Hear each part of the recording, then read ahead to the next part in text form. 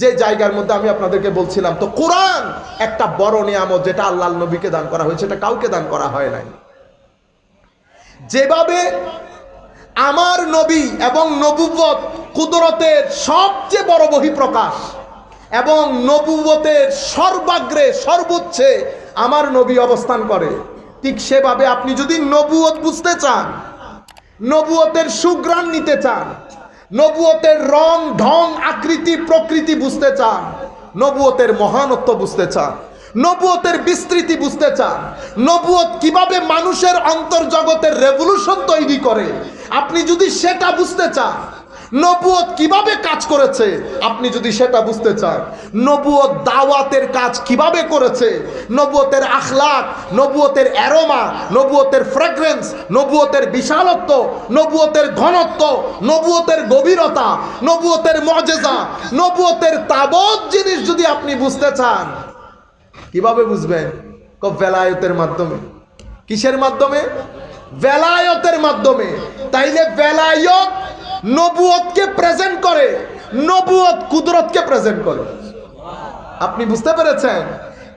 আমার নবী নবুয়তের আকাশে যেমন সর্বোচ্চ চূড়ায়, অনুরূপভাবে ভেলায়েতের আকাশে সর্বোচ্চ চূড়ায় যিনি অবস্থান করেন, ওনাকে মাওলা আলী বলা হয়। ওনাকে কি বলা হয়? মাওলা আলী।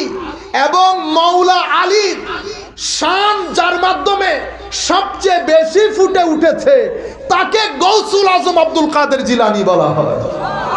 আপনি যদি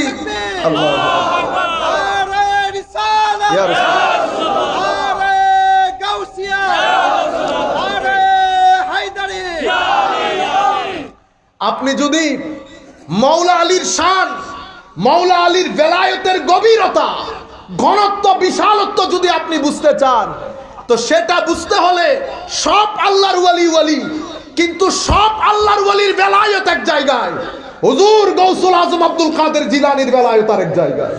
এটাকে এত সুমহান করেছেন আল্লাহ, কতটুকুন উপরে নিয়ে গেলে একজন বলতে পারে আমার কদম সমস্ত ওলিদের গাড়ির উপরে। বুঝতে পেরেছেন? সেই কারণে নাম হয়ে গেছে কি গৌসুল আজম। আমাদের আরে আল্লাহ, আমাদের কিছু ভাই থাকে, আমি গৌসুল আজম বলাতে একজন খুব রেগে গেছে, রেগে গিয়ে গৌসুল আজম কেন বললেন হুজুর? আমি বললাম ভাই আপনি হাতটা নাড়াইলেন না, হাতটা নাড়াইলে আমার ভয় করে, আপনারা বাংলাদেশি মানুষ, কথার আগে হাত চলে, নর্মালি বলেন না, কথা নর্মালি বলেন, আমি আসি তো এখানে, অনেক লম্বা কথা, আমি এটা সংক্ষিপ্ত করি যেহেতু আমাদের বিষয় আছে। গৌসুল আজম এটা বললে সরাসরি শিরিক হয়ে যায়, বলে না? বলে না? গৌসুল আজম বললে শিরিক হয়ে যায়। আল্লাহ হচ্ছে গৌসুল আজম বললে যদি শিরিক হয়, কেন শিরিক হয়? ধরেন আমি বললাম গৌসুল আজম, আপনি বললেন শিরক হয়ে গেছে, আমি আপনাকে এখন জিজ্ঞেস করব শিরকটা কোন জায়গায় সংগঠিত হয়েছে? কারণ আল্লাহর শিরক হওয়ার জায়গা তিনটা। কয়টা? আপনারা দয়া করে এগুলা শিখেন, যেন আপনারা রাস্তা থেকে এগুলার উত্তর দিয়ে দিতে পারেন, যেন আমাদের কাছে আর আসতে না হয়। আল্লাহর সাথে শিরক হওয়ার এরিয়া তিনটা: জাত, সিফাত, আফআল। জাত মানে সত্তা, সিফাত মানে আল্লাহর গুণ, আর আফআল মানে আল্লাহর কর্ম। তো আপনি যদি আমাকে বলেন শিরক হয়েছে, অ্যাক্সিডেন্ট হয়েছে, তো আমি আপনাকে জিজ্ঞেস করবো না অ্যাক্সিডেন্ট কোথায় হয়েছে, ঢাকা সিটাং রোডে হয়েছে নাকি ব্রাহ্মণবাড়িয়াতে হয়েছে? আপনি ক্লিয়ার করতে হবে। আচ্ছা, সেটা লম্বা কথা, আমি ওদিকে না যাই, আমি শুধু আপনাদের জন্য মনে রাখতে পারবেন সহজ ভাষায়। আমি বললাম দেখেন, গৌসুল আজম কথাটা গত হুজুর গৌসুল আজমের পরে আজকের দিন পর্যন্ত বাংলাদেশের যেই প্রান্তে যাবেন যান, পৃথিবীর যেই প্রান্তে যাবেন যান, সবাই এক বাক্যের নাম বলে না, কি বলে? গৌসুল আজম। ইমামে আজমকে কি বলে? ইমামে আজম। এগুলাতে তো আপনার সমস্যা আছে, আছে? আচ্ছা, হযরত আবু বকর সিদ্দিককে সিদ্দিকে আকবর বলে, এটাতে আছে সমস্যা? চুপ হয়ে গেছে। হযরত আবু বকর সিদ্দিকের নাম কি? সিদ্দিকে আকবর। সিদ্দিকে আকবর। তো অন্যান্য সাহাবায়ে কেরাম কি মিথ্যা বলেছেন? ও না, মিথ্যা বলেন নাই, সবাই সত্যবাদী, কিন্তু সিদ্দিকিয়তের দুনিয়ার মধ্যে হযরতে আবু বকর সিদ্দিককে আল্লাহ যেখানে তুলেছেন সেখানে আর কাউকে তুলেন নাই।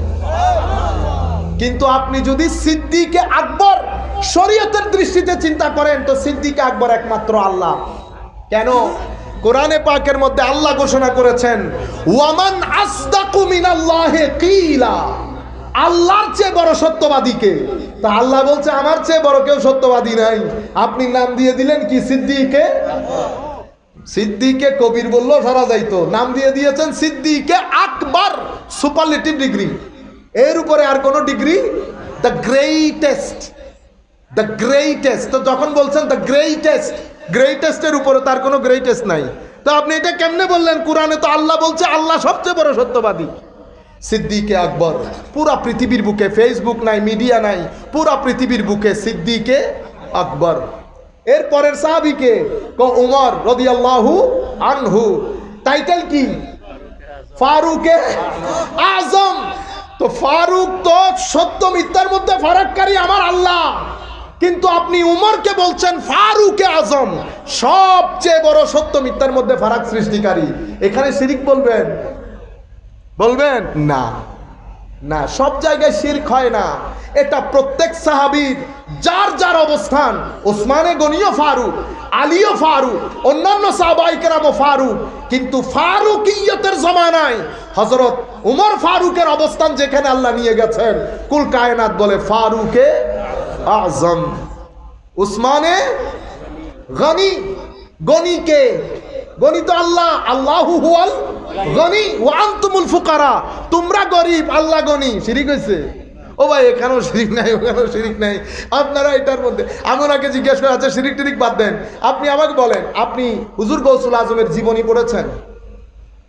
ওনার এলমি খিদমাত, ওনার ছাত্র, বাগদাদের জমিনে ওনার রব দবদবা, কিছু আমার এত কিছু পড়ার সময় নেই, আমার এত কিছু পড়ার সময় নেই। মনে রাখবেন, আপনি যদি না পড়েন, না জানেন, তাইলে একটা মানুষকে প্রপারলি সম্মান করতে পারবেন না।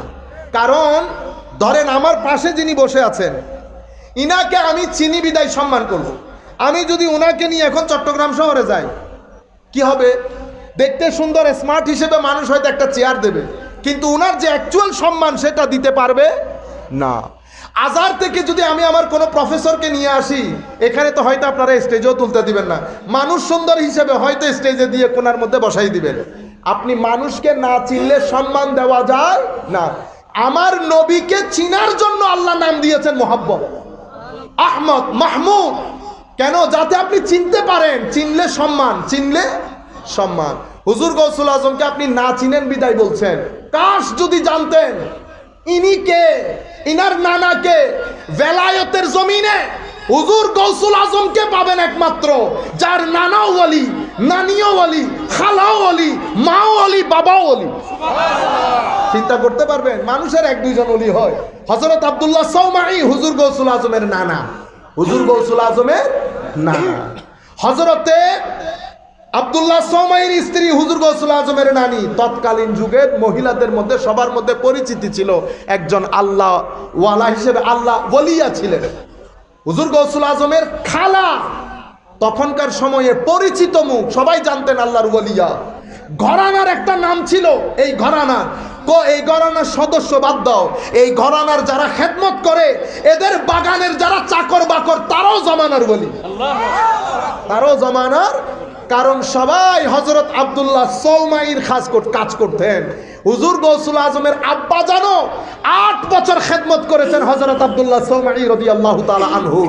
যখন সোহবত দিতে দিতে বেলায়েতের মর্যাদায় তুলেছেন, তখন নিজের মেয়েকে শাদী দিয়ে শিষ্যত্ব দান করেছেন। বুঝতে পেরেছেন আপনার? আমরা না জানি বিদায়। তো আমি আপনাদেরকে মূল কথা যেখান থেকে শুরু করেছিলাম, হুজুর গৌসুল আজম হযরতে বেলায়েত কুল সম্রাট মাওলা আলী রাদিয়াল্লাহু তাআলা আনহুর সবচেয়ে বড় সৌন্দর্য হুজুর গৌসুল আজম আব্দুল কাদের জিলানী এবং বেলায়েতে আলী। এখানে একটা জিনিস আমরা মনে রাখব, প্রত্যেক সাহাবায়ে কেরাম, বিশেষ করে খুলাফায়ে আরবা 4 জন, তার কথার আগে আমি একটা কথা আপনাদেরকে ফাঁকে বলে নেই। এখন আমরা যে সমাজে বসবাস করছি, পুরা পৃথিবী চাচ্ছে আমাদের তরুণ প্রজন্মকে বিভিন্নভাবে ডাইভার্স করে ফিতনা ফাসাদ সৃষ্টি করার জন্য। আপনারা কিছুদিনের মধ্যে আরো নতুন নতুন জিনিস দেখবেন সমাজের মধ্যে। নতুন পথ, নতুন কথা, নতুন মত, এরে হয়তো নবীও বানাই ফেলবে আরেকজন। আপনারা পূর্ববর্তী যুগের উলামায়ে রব্বানি যারা যেই পথে আছে ওই পথ ছেড়ে কখনো নতুন কোনো কিছু গ্রহণ করবেন না।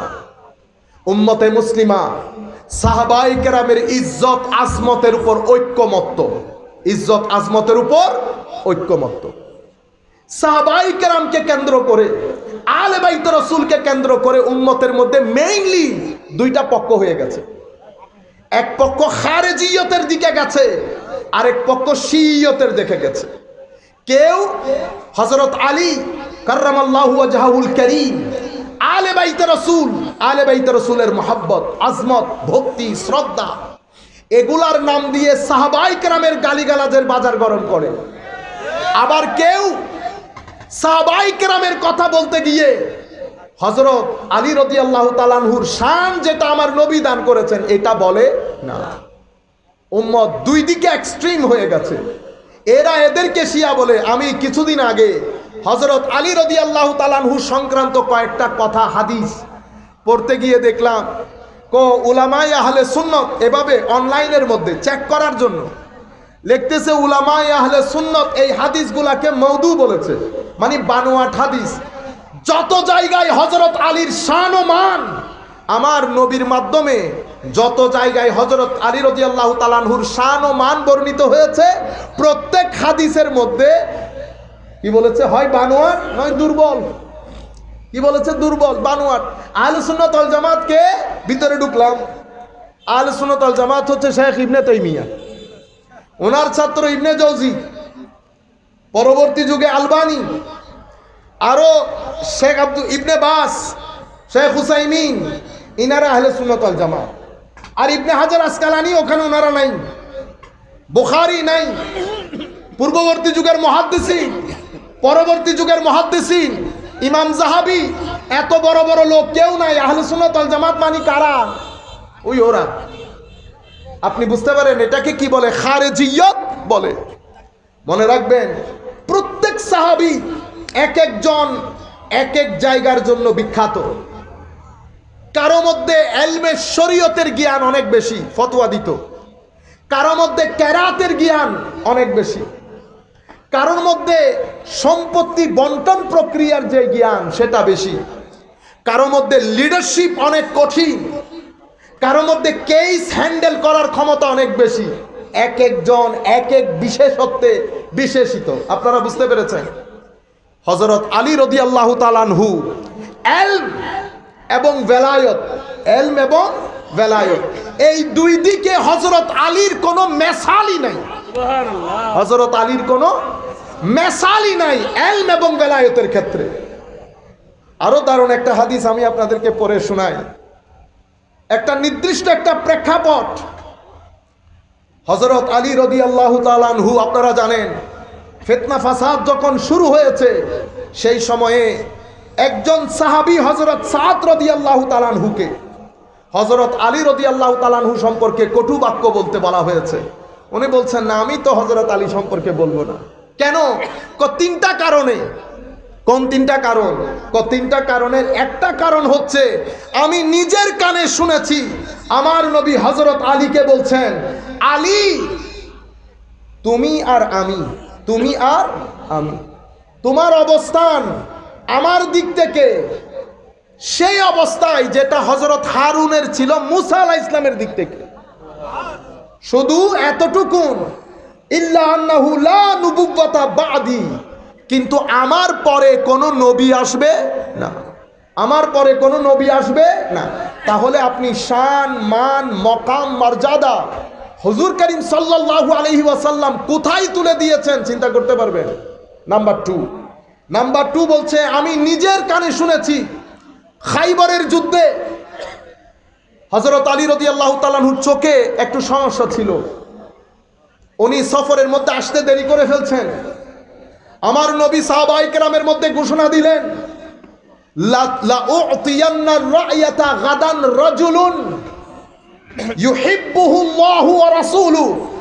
হে আমার সাহাবায়ে কেরাম, খাইবর বিজয় করার জন্য আগামী কালকে আমি যুদ্ধের পতাকা এমন এক ব্যক্তিকে দান করব যাকে আল্লাহ এবং রসুল ভালোবাসে এবং যে আল্লাহ এবং রসুলকেও ভালোবাসে।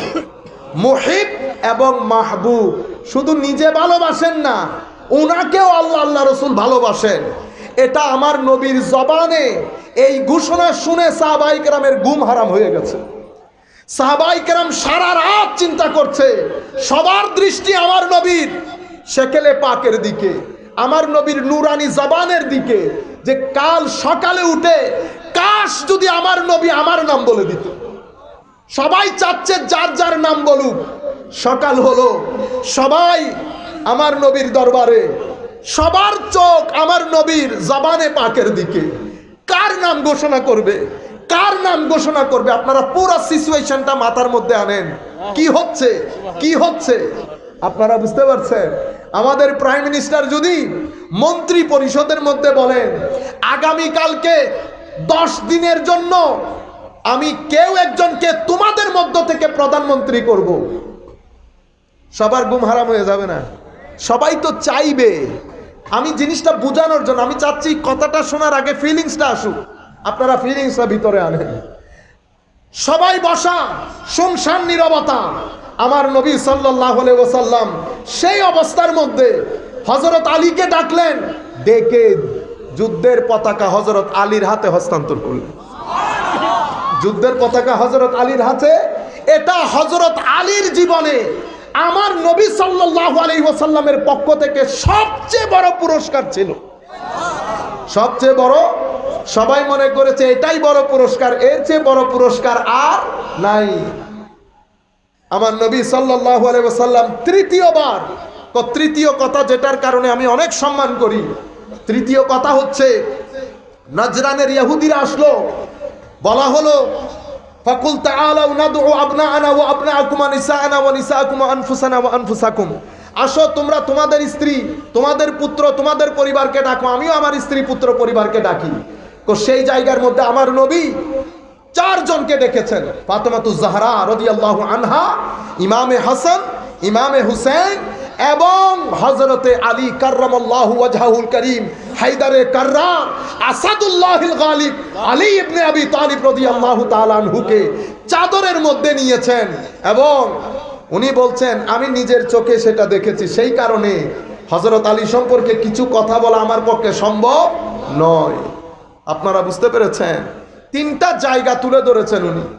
একটা হযরত আলী রাদিয়াল্লাহু তাআলা আনহুকে বলেছেন, দেখেন হযরত আলী সম্পর্কে আমার নবীর যেই মুখ নিঃসৃত বাণী, সেটা অন্যান্য সাহাবায়ে কেরামের ক্ষেত্রে অনেক কম নজরে আসে। তবে মনে রাখবেন, আপনি যখন সোমবারের প্রশংসা করবেন, খবরদার বৃহস্পতিবারকে নিচে নামিয়ে নয়।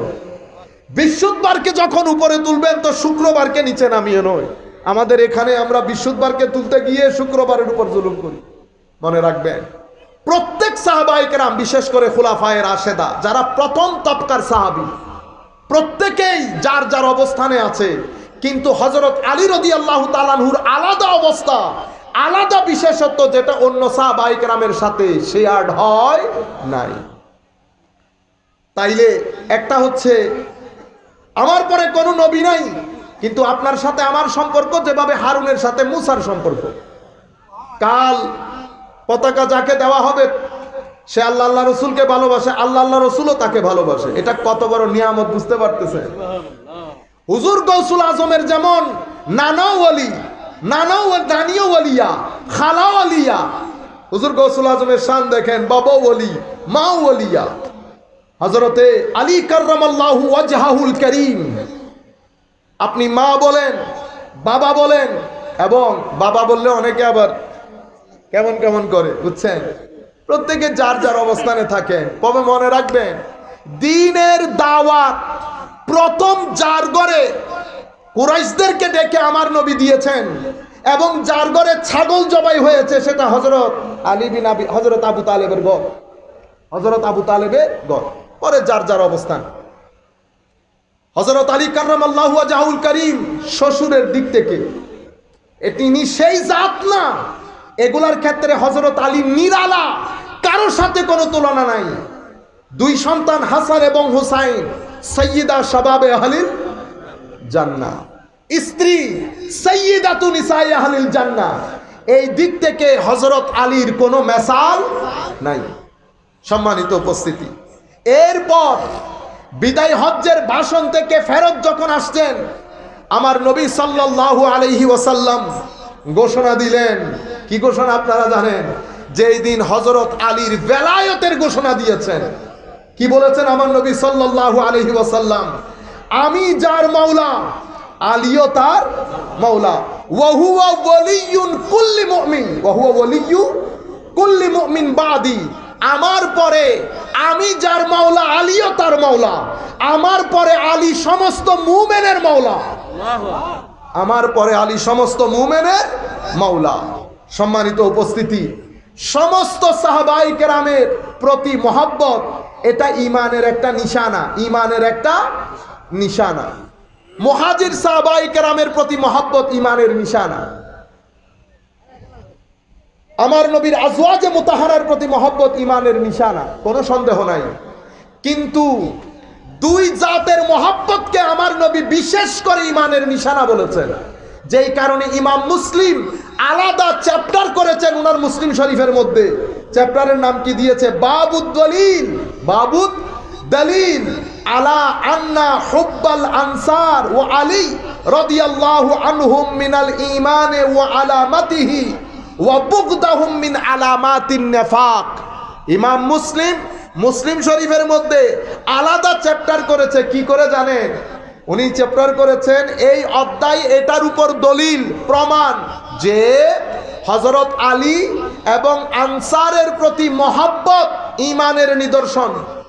হযরত আলী এবং আনসারের প্রতি বুগদ, ঘৃণা, নেফাকতের নিদর্শন। সাহাবায়ে কেরাম বলতেন আমরা এটা ইজিলি বুঝতে পারতাম হযরত আলী দিয়ে কে মুমিন কে মুনাফিক, কে মুমিন কে মুনাফিক। হযরত আলী রাদিয়াল্লাহু তাআলা আনহুর বেলায়েতের ঘোষণা দিয়েছেন ওই বিদায় হজ্জের ভাষণ থেকে ফেরত আসার সময়। আপনারা দেখেন এই হাদিসটাকে নিয়ে পর্যন্ত অনেক কথা বলা হয়েছে, অথচ এই হাদিস নিয়ে আল্লাহুম্মা সাল্লি আলা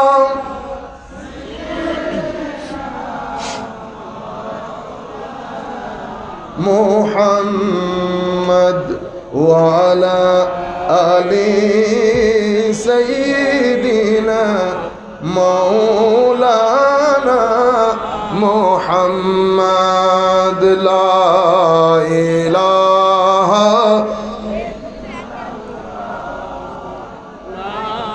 ইলাহা ইল্লাল্লাহ লা ইলাহা ইল্লাল্লাহ লা ইলাহা ইল্লাল্লাহ হাসবি রাব্বি জাল্লাল্লাহ মা ফি কলবি গায়রুল্লাহ নূর মুহাম্মদ সাল্লাল্লাহু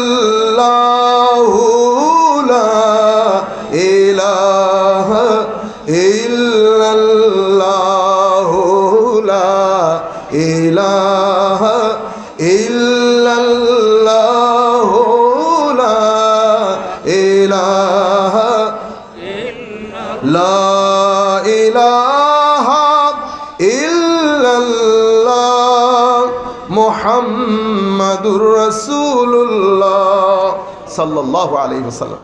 আমরা ইনশাআল্লাহ কিছুক্ষণের মধ্যে আমাদের বক্তব্য শেষ হবে।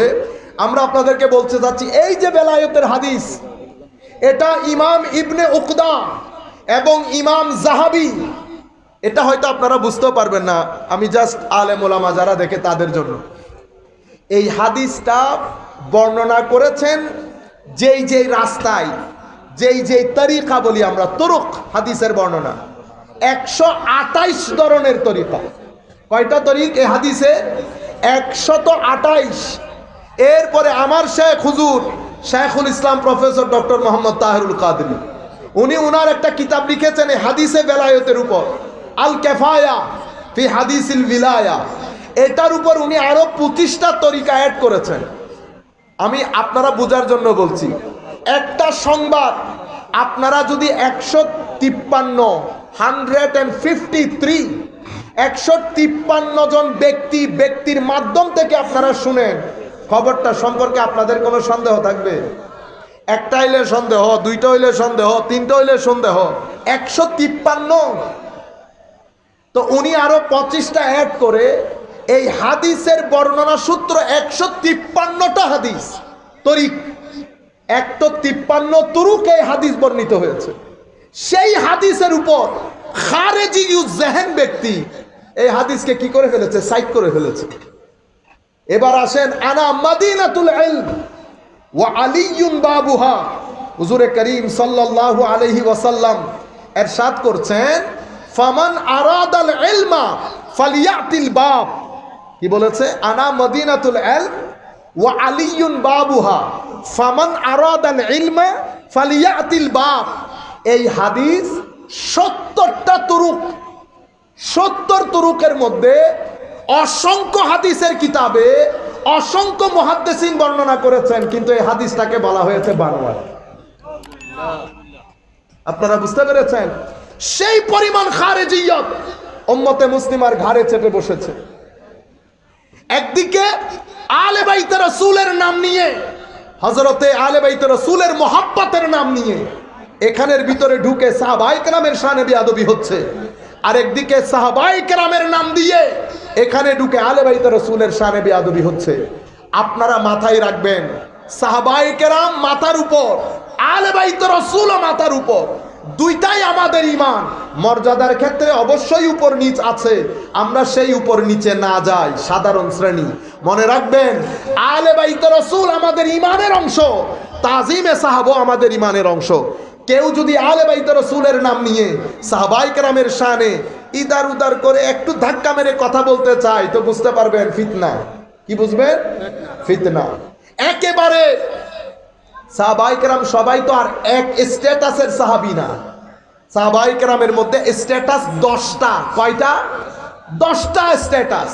যেমন 4 খলিফা, খুলাফায়ে রাশেদিন 4 জন, এরপরে আশারায়ে মুবাশশারা, এরপরে বাদরি সাহাবী, স্ট্যাটাস আছে না? আস্তে আস্তে আস্তে আস্তে শেষে যারা বিদায়, এই মক্কা বিজয়ের পরে যারা ইসলাম কবুল করেছেন, ইনাদের এভাবে 10 তবকা। 10 তবকার মধ্যে সবচেয়ে উপরের তবকার সাহাবী খুলাফায়ে রাশেদা। সুতরাং আপনারা এতটুকুনের মধ্যে থাকবেন, উপর নিচ করতে যাবেন না। যেই ব্যক্তি আমার নবীকে 1 সেকেন্ডের জন্য দেখে ঈমান এনে মারা গেছেন, উনিও সাহাবী। কত বড় সাহাবী! হুজুর গৌসুল আজমের গৌসিয়ত গিয়ে যেখানে শেষ, সেই সাহাবীর মর্যাদা সেখান থেকে শুরু। সাহাবী অনেক বড় বিষয়। কাজেই মানুষকে নতুন ধর্ম শিখাতে যাবেন না। ইনিয়ে বিনিয়ে আপনাদের এই আলে বাইতে রাসূলের মহব্বতের কথা আমাদেরকে একটা সমস্যায় ফেলে দেয়। কেন? আপনারা আলে বাইতে রাসূলের মহব্বতের কথা বলতে গিয়ে সাহাবায়ে কেরামের সাথে বন্দুক তাক ধরেন। এবং আপনি যত ছোট সাহাবী হন, আপনি যখন একজন সাহাবীর দিকে ঢুকবেন, এটা উপরে উঠবে, এটা আরো উপরে উঠবে, এটা উপর উপর উঠতে উঠতে সেটা আজওয়াজে মুতাহারার দিকে যাবে, সেটা ফারুকে আজমের দিকে যাবে, আবু বকর সিদ্দিক রাদিয়াল্লাহু তাআলা আনহুমের দিকে যাবে। সুতরাং সাহাবী মুখ বন্ধ, আর কোনো কথা হবে না এখানে। আপনি কথা বলতে যাবেন, সমাজের আস্থা খুলে নিক্ষেপ দিতে হবে। কারণ এই দ্বীনের হেফাজতের দায়িত্ব আল্লাহ খুদ নিয়েছেন, এবং আল্লাহ সময়ের উলামায়ে রব্বানির মাধ্যমে এই দ্বীনের হেফাজত করেছে। যারাই উলামায়ে রব্বানি ছিল, যারাই উলামায়ে রব্বানি ছিল, আল্লাহ বলছেন না, ইয়াউমা তাবিয়াদ্দু উজুহুম ওয়া তাসওয়াদ্দু উজুহ, কিয়ামতের ময়দানে কিছু চেহারা উজ্জ্বল হবে, কিছু চেহারা মলিন হবে। উজ্জ্বল কাদের চেহারা হবে? যাদের ভিতরে আল্লাহর তাওহীদের নূর আছে, রিসালাতের মহব্বত এবং ইত্তেবা আছে, আউলিয়ায়ে কেরামের নিসবত আছে, সাহাবায়ে কেরামের তাজিম আছে, আলে বাইতে রাসূলের মহব্বত আছে। ইনারা উলামায়ে রব্বানি, ইনারা উলামায়ে রব্বানি। আমরা ইনাদার হাত থেকে বাইরে যাব না। সম্মানিত উপস্থিতি, তবে সাহাবায়ে কেরাম এক একজন এক এক বিশেষণে বিশেষায়িত।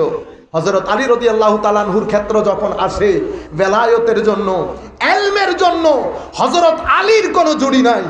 আমি কোরআনে পাকের ইলম যদি শিখতে চাও, কোরআনে পাকের জাহের বাতেন, প্রত্যেকটা অক্ষর, অক্ষরের জাহের, অক্ষরের বাতেন, কোথায় নাজিল হয়েছে, কার জন্য নাজিল হয়েছে, দিনে না রাতে, কেউ যদি জানতে চায় কার কাছে যাবে? হযরত আলীর কাছে। আমার নবী বলছেন, আমি যদি জ্ঞানের শহর হই, সেই শহরের দরজা হযরত আলী। তোমরা যদি চাও সেই শহর থেকে জ্ঞান আহরণ করতে, অবশ্যই তোমরা হযরত আলীর কাছে আসতে হবে। সেই কারণে কোন ওয়ালির বেলায়েত নসিব হয় না হযরত আলীর বেলায়েতের সমুদ্র ছাড়া।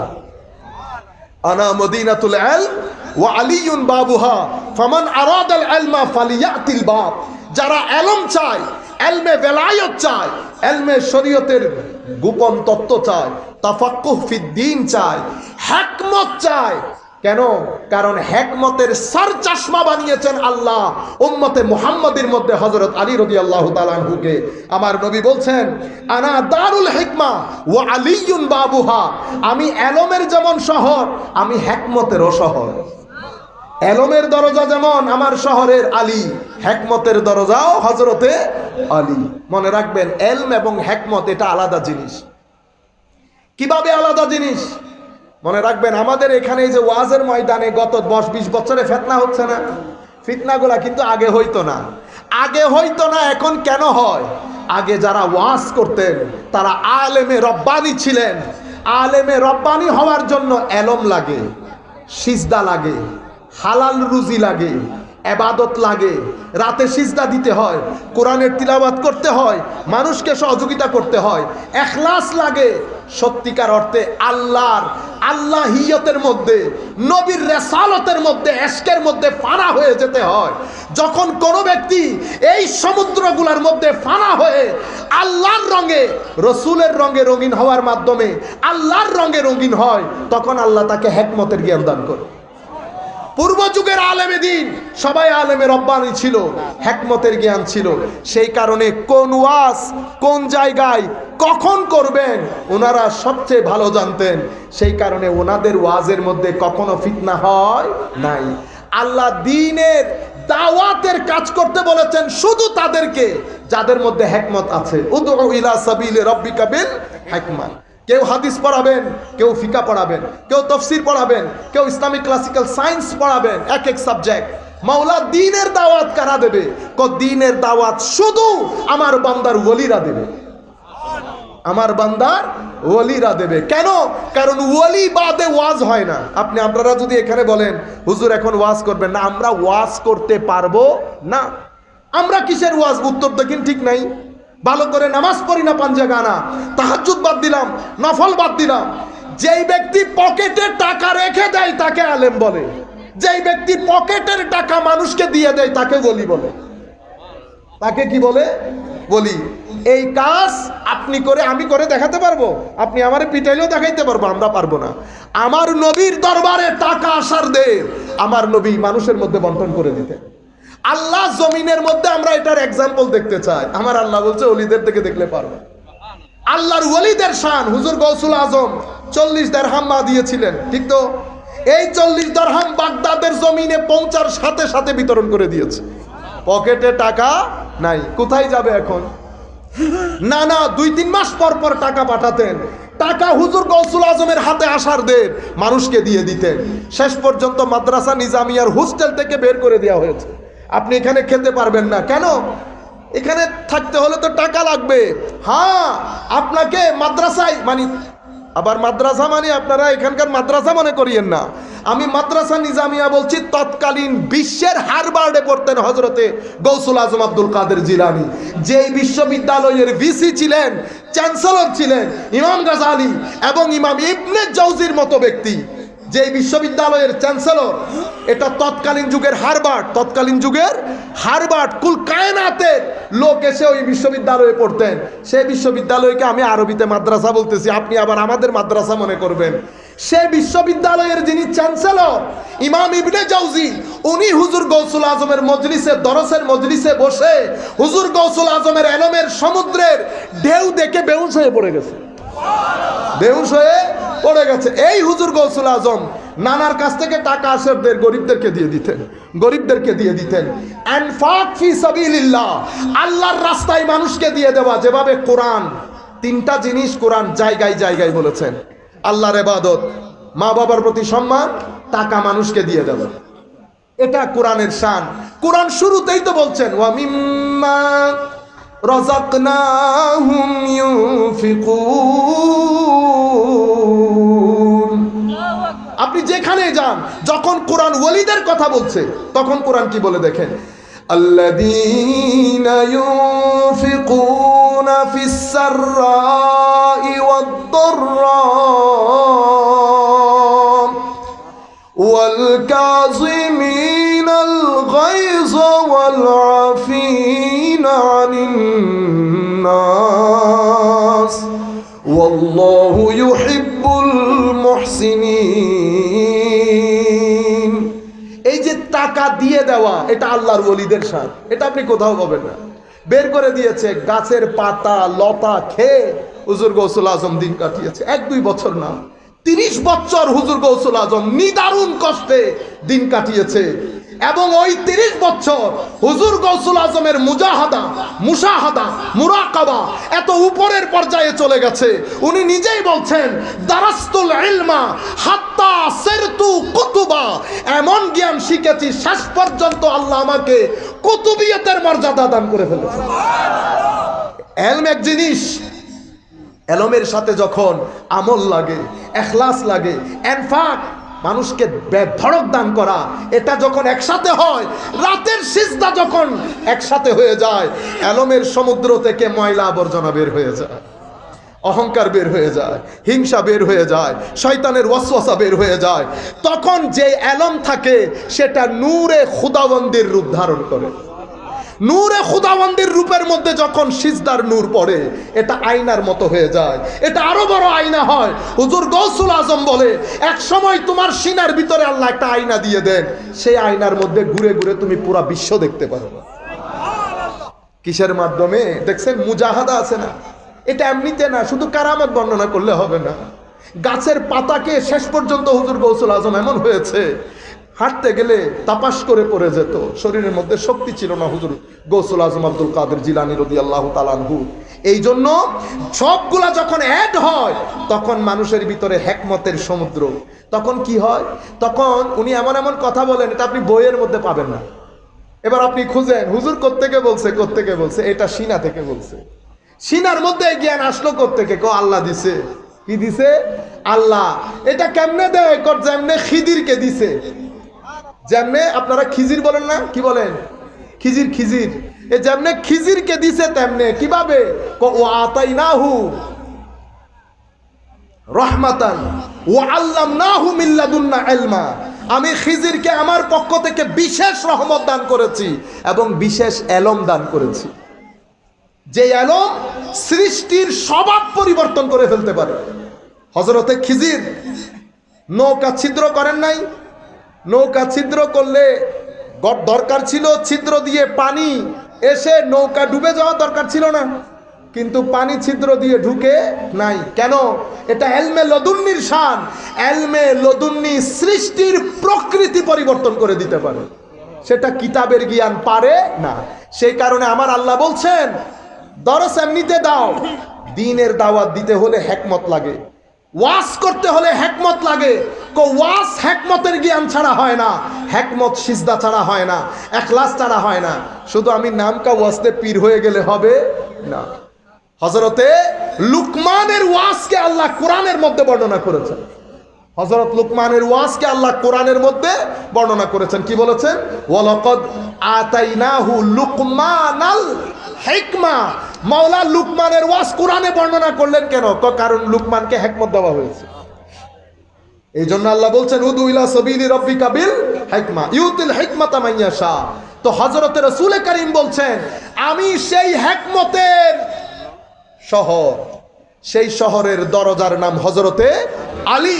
তাহলে বেলায়েত নিতে হলো হযরত আলী, হিকমতের জ্ঞানের শহর এবং দরজাও হযরতে আলী। আমার নবী বলছেন ফামান আরাদাল ইলমা ফালিয়াতিল বাব, আপনি অবশ্যই হযরত আলী কাররামাল্লাহু ওয়াজহাহুল করিম পর্যন্ত যেতে হবে। তাহলে বেলায়েত বলেন, ইলম বলেন, এই দুই জায়গার মধ্যে হযরত আলী রাদিয়াল্লাহু তাআলা আনহুর কোনো জুড়ি নাই। আমরা আমাদের বক্তব্যের শেষে আমাদের নিয়ম অনুযায়ী আমরা আর বেশি কথা না বলি, শুধুমাত্র হুজুরে করিম সাল্লাল্লাহু আলাইহি ওয়াসাল্লামের একটা হাদিস যেটা ইমাম দাইলামি মুসনাদুল ফেরদাউসের মধ্যে বর্ণনা করেছেন। হযরত আবী যার থেকে বর্ণিত, বলা হচ্ছে রাসূল করিম সাল্লাল্লাহু আলাইহি ওয়াসাল্লাম ইরশাদ করছেন, আলিয়ুন বাবু ইলমি, আলী আমার এলমের দরজা, ওয়া মুবায়্যিন লি উম্মতি মা উরসিলতু বিহি মিন বাদি, এবং আমার পরে আল্লাহ আমার উপর যা নাজিল করেছেন তা বর্ণনাকারী আমার উম্মতকে। হুব্বুহু ঈমান, আলীর প্রতি মহব্বত ঈমান, ওয়া বুগদুহু নিফাক, আলীর প্রতি বগজ করা মুনাফিকি, ওয়া নজরু ইলাইহি রাফা, আলীর দিকে নজর দিলে অন্তর ঠান্ডা হয়, ওয়া মাওয়াদ্দাতুহু ইবাদা, আলীর প্রতি মহব্বত ও ইবাদত। আল্লাহু আকবার, আল্লাহু আকবার। নারায়ে তাকবীর দেন বেটা, নারায়ে তাকবীর, নারায়ে তাকবীর, নারায়ে রিসালাত, নারায়ে গাউসিয়া। মাশাআল্লাহ, মাশাআল্লাহ। আমাদের আজকের প্রোগ্রামের, আজকের মাহফিলের সম্মানিত প্রধান মেহমান হযরত মাওলানা বীর ওয়ালিউল্লাহ আশিকি সাহেব হুজুর কাবলা তশরিফ এনেছেন। আমরা মাহফিলের পক্ষ থেকে হুজুরকে আন্তরিক মোবারকবাদ জানাচ্ছি। আমরা আমাদের বক্তব্যের শেষ পর্যায়ে শুধু মাশাআল্লাহ শেষ হযরত আলী রাদিয়াল্লাহু তাআলা আনহুর ওসিয়ত, বস এটা বলে আমাদের বক্তব্য শেষ। শানে আলী, মাকামে আলী বুঝতে পেরেছেন। হযরত আলী রাদিয়াল্লাহু তাআলা আনহু শাহাদাত বরণ করবেন কিছুক্ষণ পরে। উনি ইমামে হাসান, ইমামে হুসাইনকে কিছু ওসিয়ত করে গেছেন। সেই ওসিয়তগুলা কি কি দেখেন। হযরত আলীর মাধ্যমে কুল কায়নাতের যারা হিকমতের জ্ঞান চায়, বেলায়েতের যারা জ্ঞান চায়, তাদের দরজা হযরত আলী উন্মুক্ত করে গেছেন। কি? প্রথম তাকওয়া। জীবনে যেখানে থাকো, যে অবস্থায় থাকো, ভিতরের মধ্যে আল্লাহর ভয়, আল্লাহর ভীতি নিজের ভিতরে রাখবে। আল্লাহ যা কিছু অপছন্দ করেন তা থেকে নিজেদেরকে বিরত রাখবে, তাকওয়া। দ্বিতীয় জিনিস, আমি আর বিশাল করে বলছি না, সংক্ষিপ্ত আকারে। দ্বিতীয় জিনিস মুআমালা। তোমরা যখন পারস্পরিক মুআমালা করবা, দেখো মুআমালা যেন ব্যালেন্স হয়, কারো উপর যেন জুলুম না হয়। হযরত আলী যখন মুখ খুলছেন, এগুলার মাধ্যমে মানুষের বেলায়েত নসিব হয়। নাম্বার 3, ইয়েতিমের প্রতি সদয় হবে, ইয়েতিমের প্রতি মহব্বত দেখাবে। আপনাদের অত্র এলাকার মধ্যে ইয়েতিম মিসকিন থাকলে, আমরা যারা অর্থনৈতিকভাবে স্বাবলম্বী, আমরা দৃষ্টি রাখবো যার যার মতো করে আল্লাহ রাব্বুল আলামিন যাকে যতটুকুন সামর্থ্য দিয়েছেন। আমি যদি আপনাদেরকে বলি, আমরা এমনি বলবো, যাদের 4 লক্ষ টাকা ইনকাম বা 5 লক্ষ টাকা ইনকাম, তারা যেন মিনিমাম 70 থেকে 1 লক্ষ টাকা মানুষের জন্য খরচ করে। সব টাকা ব্যাংকে ঢুকাই রাখিয়েন না, আপনি খাইতে পারবেন না। আপনি যদি 1 লাখ টাকা রাখেন, এই 1 লাখ টাকা আপনার 5 লাখ টাকাকে 10 লাখ টাকার বরকত করবে। এখান থেকে ময়লা আবর্জনা বের হয়ে যাবে। এটা যেটা খরচ করবেন, এটা আপনার জিন্দেগিতে, কবরে, হাসরে, পারিবারিক জীবনে, সামাজিক জীবনে আপনাকে কি পরিমাণ সম্মানিত করবে আপনি কল্পনা করতে পারবেন না। তরুণ প্রজন্মকে আমি এটা নসিহত তো না, আমরা আমাদের মতো করে সবার জন্য বলবো, 5-6 লাখ যার ইনকাম, সেই জন্য 1 লাখ টাকা স্থানীয় মাদ্রাসা আছে, ইয়েতিমখানা আছে, আপনি হিসাব করে করে টাকাটা পৌঁছাই দিবেন। এভাবে আপনার টাকার মধ্যে বরকত আসবে। হযরতে আলী আমাদেরকে বলছেন ইয়েতিমের প্রতি মহব্বত। নাম্বার 4, যেভাবে বেলায়েত অর্জন হয়, এটা হযরত আলীর ওসিয়ত। প্রতিবেশীর প্রতি সর্বোচ্চ সম্মান, মহব্বত, তাদের প্রতি আদব কায়দা বজায় রাখা, তাদের প্রতি সহযোগী হওয়া, তাদেরকে সহযোগিতা করা।